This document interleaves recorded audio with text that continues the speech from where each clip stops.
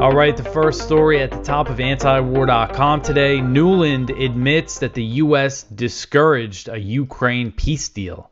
So former U.S. State Department official Victoria Nuland has acknowledged that the U.S. discouraged Ukraine from signing a peace deal with Russia during the early days of the Russian invasion. Nuland, who recently resigned from her post as Undersecretary of State for Political Affairs, made the comments in an interview that was published on September 3rd.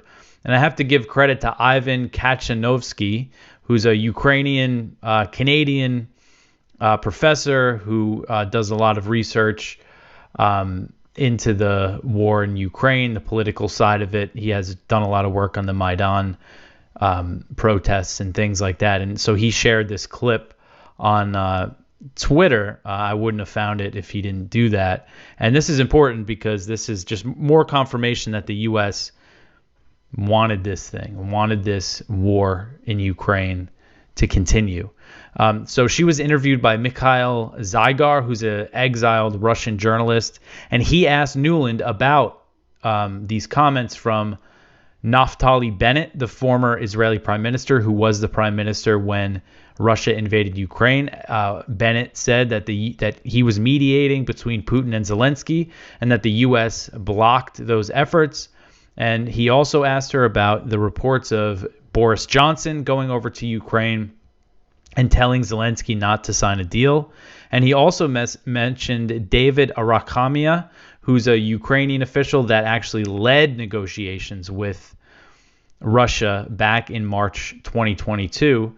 And he said last year that there was a real peace deal on the table and that Russia's main demand was neutrality. So there's all this evidence, confirmation from all sides that there was a real peace deal on the table and that it was discouraged by the U.S. And this is just more confirmation from Nuland, who was a very high-level official in the State Department at the time, notorious Russia hawk, notorious for her involvement in the 2014 coup in Kiev.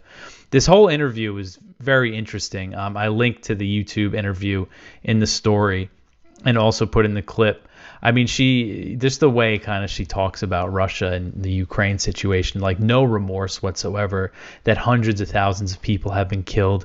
And she has this big smirk on her face the whole time while she's talking about this stuff. And this is while she's talking about the peace talks at the beginning of the war, just sitting there smiling about it.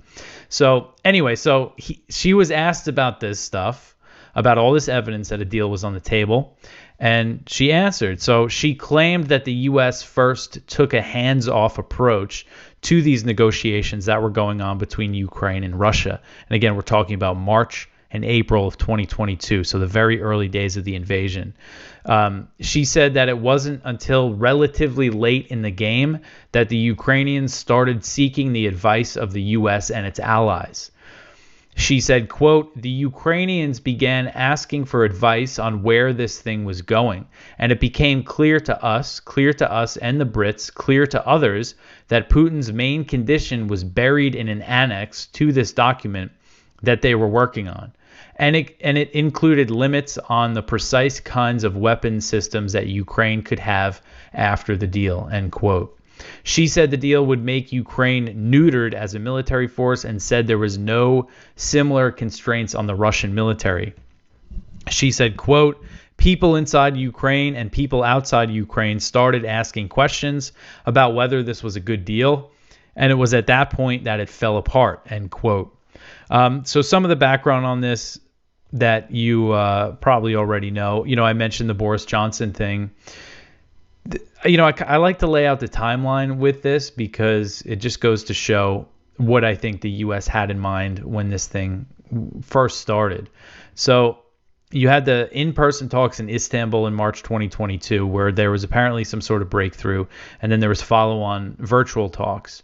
And on April 9th, 2022, according to Ukrainska Pravda, which first reported this, Boris Johnson visited Kiev and told Zelensky that even if Ukraine was ready to sign a deal, the collective West was not. And then this was confirmed by Arakhamia. I might be pronouncing his name wrong. I should have double checked.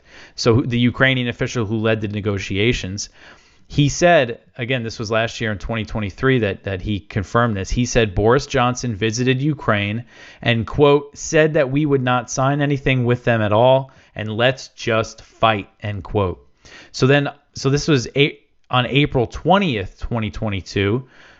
So 11 days after Boris Johnson was in Kiev, Turkey's foreign minister at the time said that Turkey thought a deal could be reached following the Istanbul talks, but then it got the impression that some NATO members wanted to prolong the war to weaken Russia. So Turkey's foreign minister said, quote, after the talks in Istanbul, we did not think that the war would take this long.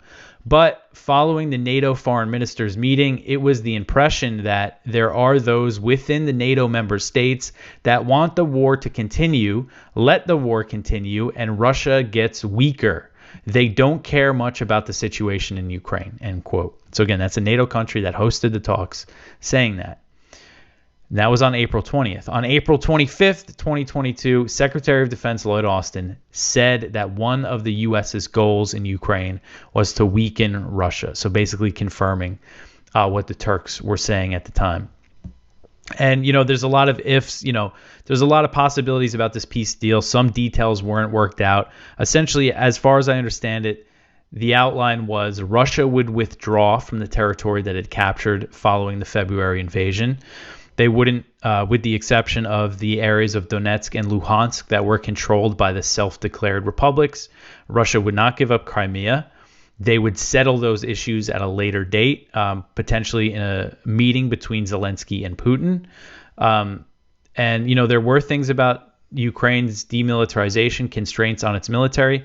It's worth pointing out that the Ukrainian negotiator said that the main Russian condition was neutrality. Ukraine agreed to renounce any plans to join NATO. The one thing that I think there was that was a big sticking point was the security guarantees. Ukraine was seeking security guarantees from the U.S., the U.K., but also under this outline, Russia and China would also be involved in those security guarantees. So what those security guarantees were wasn't exactly clear, and that wasn't worked out. And again, you had the U.S. and the U.K. didn't want to sign those guarantees.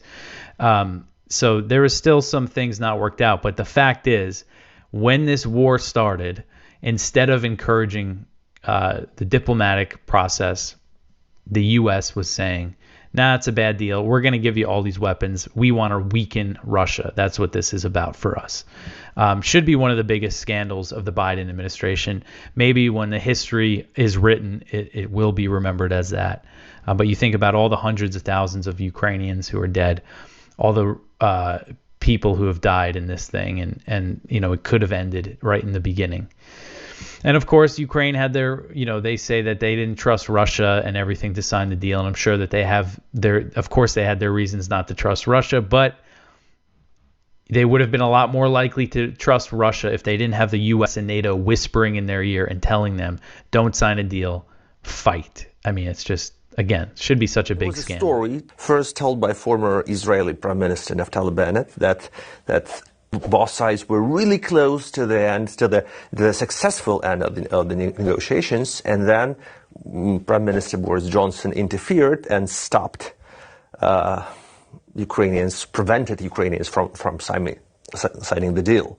And then Ukrainian Representative Arahami kind of confirmed it, that yes, he said in an interview that there was some kind of advice from Boris Johnson to stop negotiating and to win this war militarily. Where is the myth? Where is the truth? Relatively late in the game, the Ukrainians began asking for advice on where this thing was going. And it became clear to us, clear to the Brits, clear to others, that Putin's main condition was buried in an annex to this document that they were working on.